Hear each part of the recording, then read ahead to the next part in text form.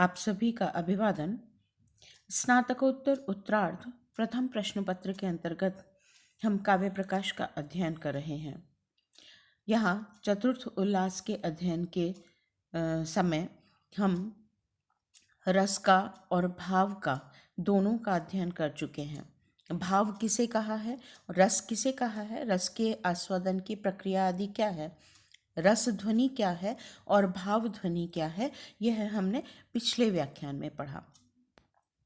अब आज के व्याख्यान में हम आचार्य मम्मट द्वारा कथित रसाभास, भावाभास, भाव संधि, भाव शांति, भावोदय, भाव शबलता आदि जो भाव ध्वनि के पृथक पृथक प्रकार हैं, प्रकार भी ना कहें उसे हम उन्हें कहें कि जिस तरह से भाव ध्वनि प्रवर्तित होती है उस विभिन्न प्रकार की भाव ध्वनि के हम यहाँ पर उदाहरण सहित हम उनका अध्ययन करेंगे। उदाहरण सहित इसलिए कि उदाहरणों के माध्यम से वह स्पष्ट हो जाता है कि यहाँ पर भावोदय से आचार्य का या कवि का क्या मंतव्य है और वह किस तरह से प्रवर्तित हुआ है। तो जब कभी पुनः आप कोई काव्य का अध्ययन करते हैं या कोई अभिनय आदि देखते हैं तो आप वहाँ पर स्पष्ट रूप से समझ सकें कि यह भावोदय की अवस्था है या यह भाव शबलता की स्थिति है या यह भाव संधि यहाँ पर प्रवर्तित हुई है। तो रसाभास और भावाभास के आदि के संदर्भ में आचार्य मम्मट अब कहते हैं, तदाभासा अनौचित्य प्रवर्तिता। अनौचित्य अनुचित रूप से प्रवर्तिता, प्रवृत्त होने वाले तद उनके आभासा आभास कहलाते हैं। तो तद आभासा उनके आभास हैं, अर्थात रस और भाव का अनुचित प्रवर्तन रसाभास और भावाभास होता है। तदाभासा का तात्पर्य है रसाभासा भावाभासाश्च, रसाभास और भावाभास। अब यहाँ पर अनौचित्य प्रवर्तिता जो पद कहा है उसको हमने स्पष्ट किया।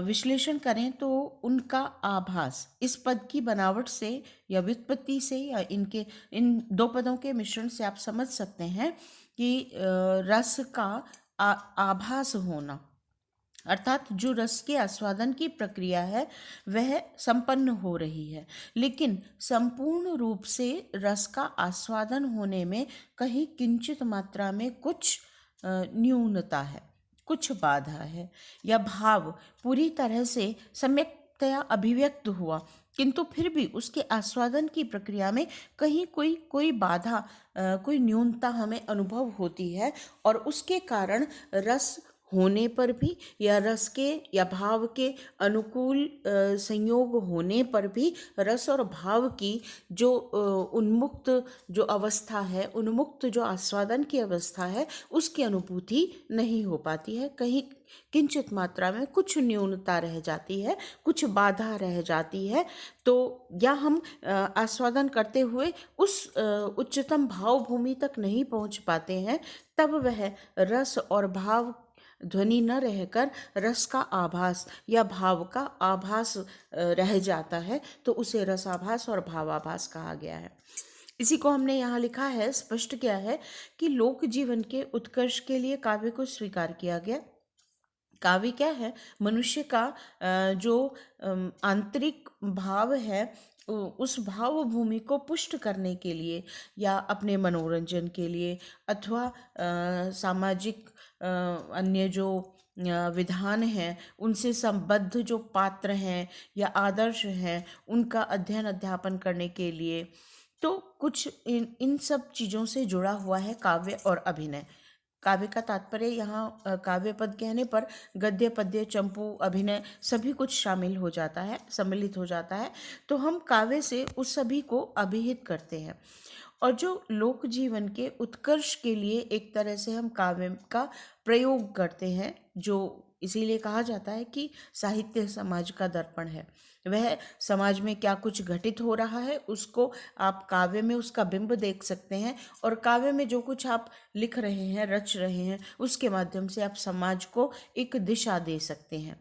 तो हेतु जो काव्य के लोक जीवन के उत्कर्ष का हेतुभूत काव्य है, उसमें तदहेतु लोक जीवन के उत्कर्ष के लिए कतिपय नियमों को स्वीकार किया जाता है, और यदि उनका उल्लंघन हो, प्रतिषिद्ध भाव वहाँ पर रखे जाएं, यदि ऐसा हो तो वह रसों का, भावों का अनौचित्यपूर्ण प्रवर्तन कहलाता है।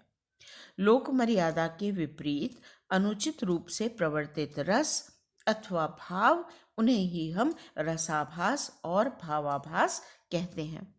अब यहाँ उदाहरण के लिए इन्होंने कहा, उदाहरणार्थ श्रृंगार का वर्णन हो और उसमें जो हम अत्यंत जिन्हें समादृत कहते हैं, ऐसे किन्हीं ऋषि मुनि की रति का वर्णन हो, किसी गुरु विषयक रति का, आपके ही गुरु विषयक रति का वर्णन किया जाए, देव विषयक रति का वर्णन हो, या सामान्यतः हमारे यहाँ सामाजिक मर्यादा के रूप में नायिका द्वारा एक नायक की स्वीकृति ही अपेक्षित है, या कहें वही समाज के लिए प्रशस्त है। लेकिन किसी काव्य में ऐसी स्थिति हो कि एक नायिका की नायक बहुत से नायकों के प्रति अभिलाषा की अभिव्यक्ति हो, या फिर पशु पक्षी निष्ठ रति का वर्णन किया जाए। सामान्य रूप से रति का भाव मनुष्यों में पुष्ट होता है, आस्वादन का विषय बनता है, लेकिन यदि उसी रस को, उसी श्रृंगार को यदि पशुओं में अभिव्यक्त करने लगा जाए या पक्षियों के रति का वर्णन किया जाए, तो वो पशु पक्षी निष्ठ जो रति है वह आनंद की उस उच्च अवस्था को, उस भूमि को प्राप्त होना बहुत दुष्कर हो जाता है। या नायिका के संदर्भ में उपनायक की रति को बहुत सुंदरता से बढ़ा चढ़ाकर अभिव्यक्त किया जाए, अथवा अधम प्रकृति के नायक की रति का वर्णन किया जाए, जो मूलतः अधम प्रकृति का है और प्रशस्त नहीं है, उसे श्रृंगार के परम पद की प्राप्ति नहीं होनी चाहिए लोक जीवन के उत्कर्ष की दृष्टि से यदि देखा जाए। तो ऐसे स्थानों पर यदि श्रृंगार का वर्णन किया जाएगा तो वह श्रृंगाराभास होगा, रसाभास होगा, वहाँ हम रस ध्वनि स्वीकार नहीं करेंगे। स्पष्टतः यदि किसी ऋषि मुनि की रति का वर्णन किया जाए, या देव विषयक रति का वर्णन किया जाए, या माता पिता विषयक रति का वर्णन हो, तो वह आस्वादनीय नहीं होगा, कहीं न कहीं उसके आस्वादन की भूमि न्यून होगी। तो उस स्थिति में जो रस का आस्वादन है वह रसास्वाद जो परब्रह्म सहोदर है उस भूमि तक नहीं पहुंच पाता है, और इसलिए हम उसे रसाभास कहते हैं।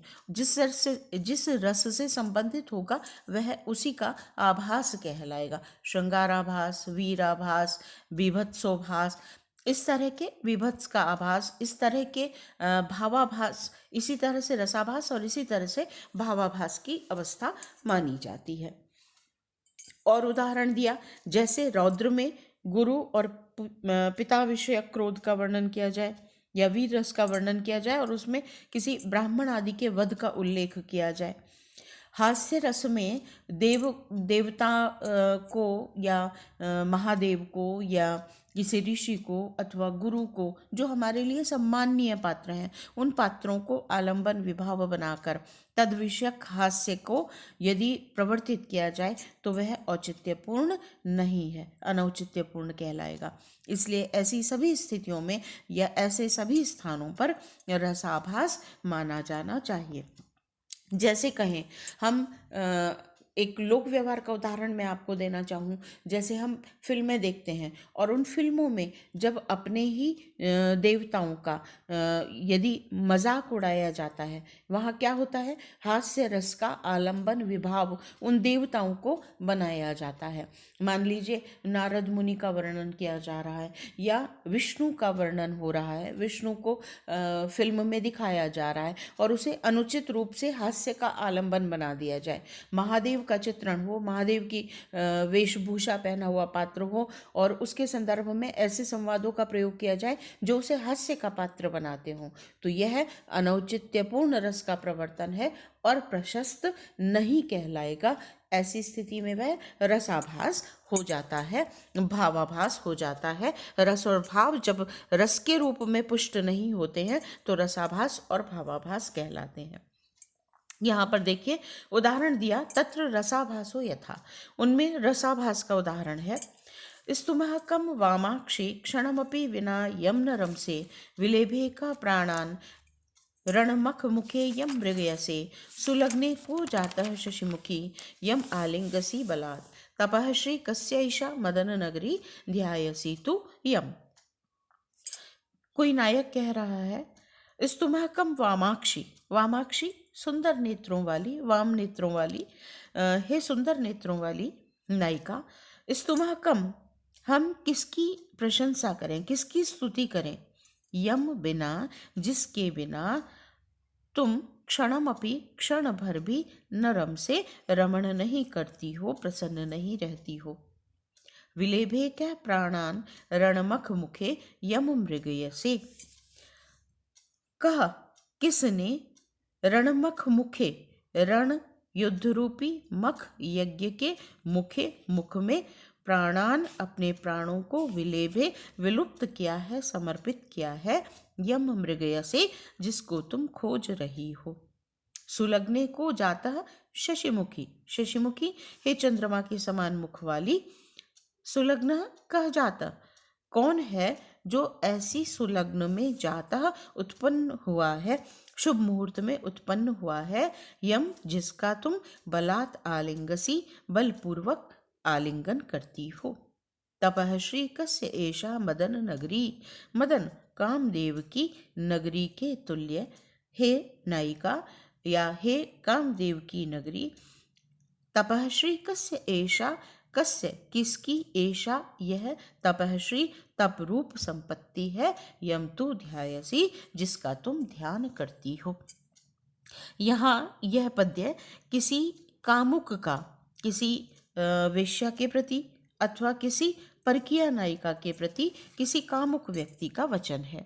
और यहाँ पर नायिका के संदर्भ में अनेक पदों का प्रयोग किया गया, जैसे यम विना नरम से, जिसके बिना तुम प्रसन्न नहीं रहती हो, रमण नहीं करती हो, अथवा यम मृगय से, जिसको तुम्हारे नेत्र खोज रहे हैं, अन्वेषण कर रहे हैं, जिसका तुम बलपूर्वक आलिंगन करती हो या जिसका तुम ध्यान करती हो। तो ये जो अन्वेषण, आलिंगन, चिंतन आदि अनेक व्यापारों का वर्णन किया गया है, ये वर्णन नायिका की अनेक विषयक अनेक नायक विषयक जो अभिलाषा है उसको अभिव्यक्त कर रहा है। तो यहाँ पर अभी हमने जब विश्लेषण पढ़ा था बिंदुवार, तो उसमें समझा था कि श्रृंगार में यदि नायिका का अनेक नायक कृत प्रेम अभिव्यक्त किया जाए तो वह श्रृंगाराभास होता है। इसलिए यहाँ बहुनायक विषयक रति का वर्णन होने से यह लोकशास्त्र आदि के विरुद्ध आचरण है और इसलिए यह रस न होकर रसाभास अथवा श्रृंगाराभास कहलाएगा। तो नीचे वृत्ति में स्पष्ट किया आचार्य ने, अत्र अनेक कामुक विषयम अभिलाषम, यहाँ पर अनेक कामुक विषयक अभिलाषा तस्या उस नायिका की, स्तुमः इत्यादि अनुगतम, स्तुमः आदि पद के माध्यम से बहु व्यापारोपादानम व्यनक्ति, बहुत से कामुकों की अभिलाषा के विषय में अभिव्यक्त करता है।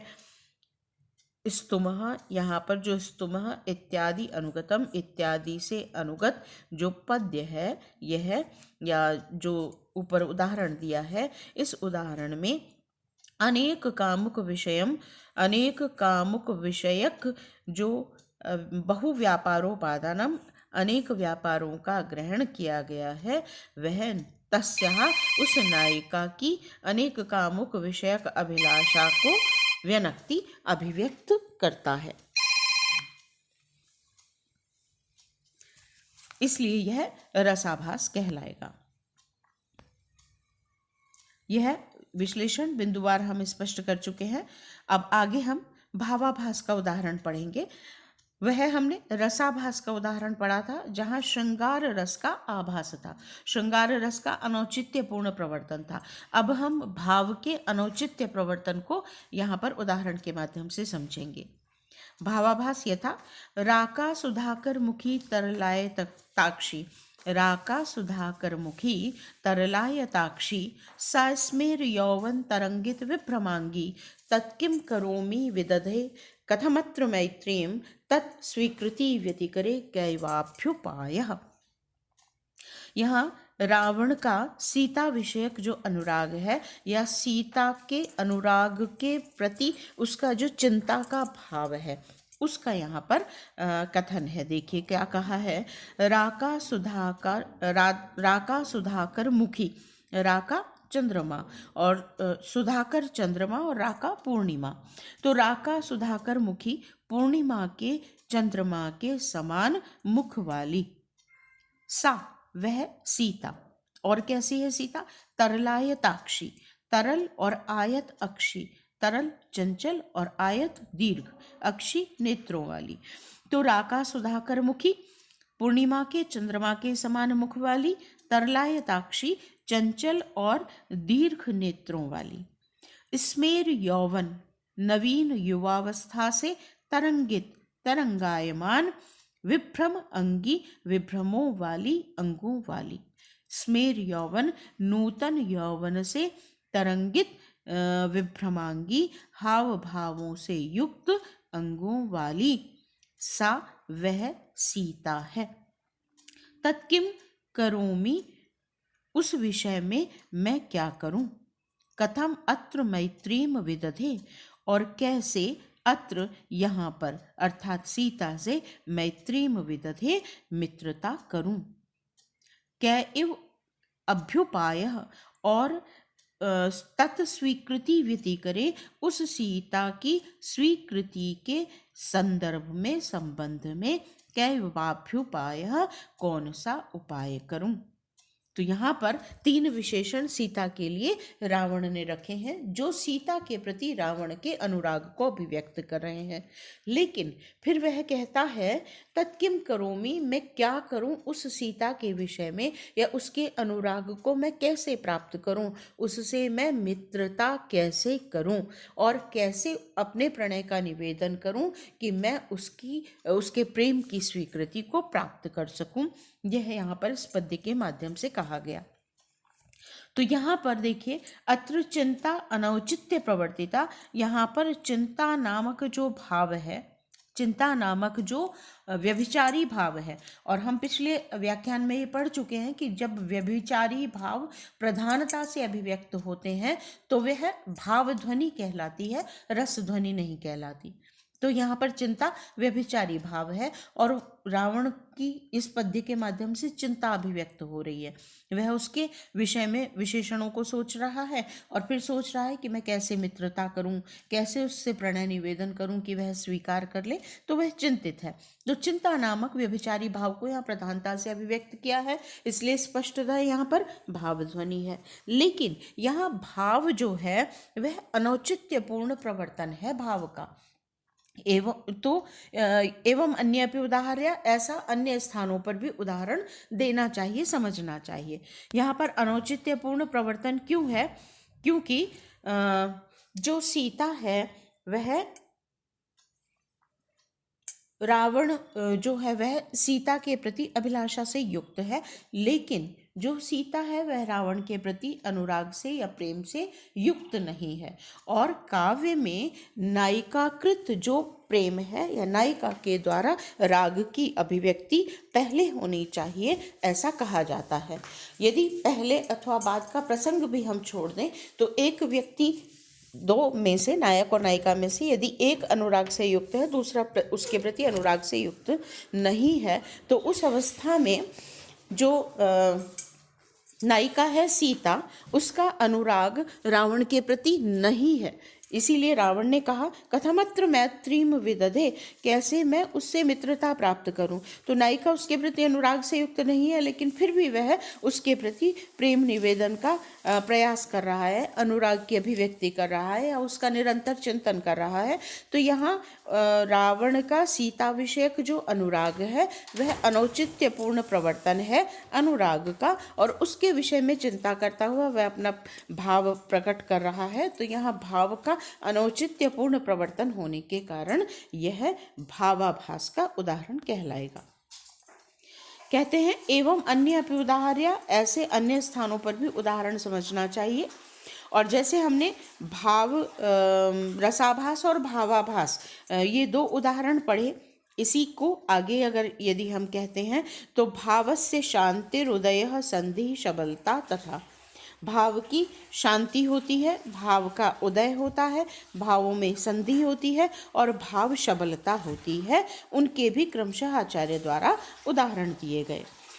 भाव शांति किसी एक विशिष्ट भाव का को शांत कर देना, किसी एक विशेष भाव का उदित हो जाना, दो या दो से अधिक भावों में परस्पर संधि हो जाना, या एक भाव का आना, दूसरे का जाना, फिर उसका आना, तीसरे का जाना, चौथे का आना, अनेक भावों का जहाँ पर मिश्रण हो तो वह भाव सबलता। नानाविध भावों का मिश्रण करते हुए जब कुछ कहा जाए तो वह भाव सबलता कहलाता है। क्रमेण उदाहरणम, अब क्रमशः आचार्य ने उनके उदाहरण दिए हैं। सबसे पहले भाव शांति का उदाहरण दिया।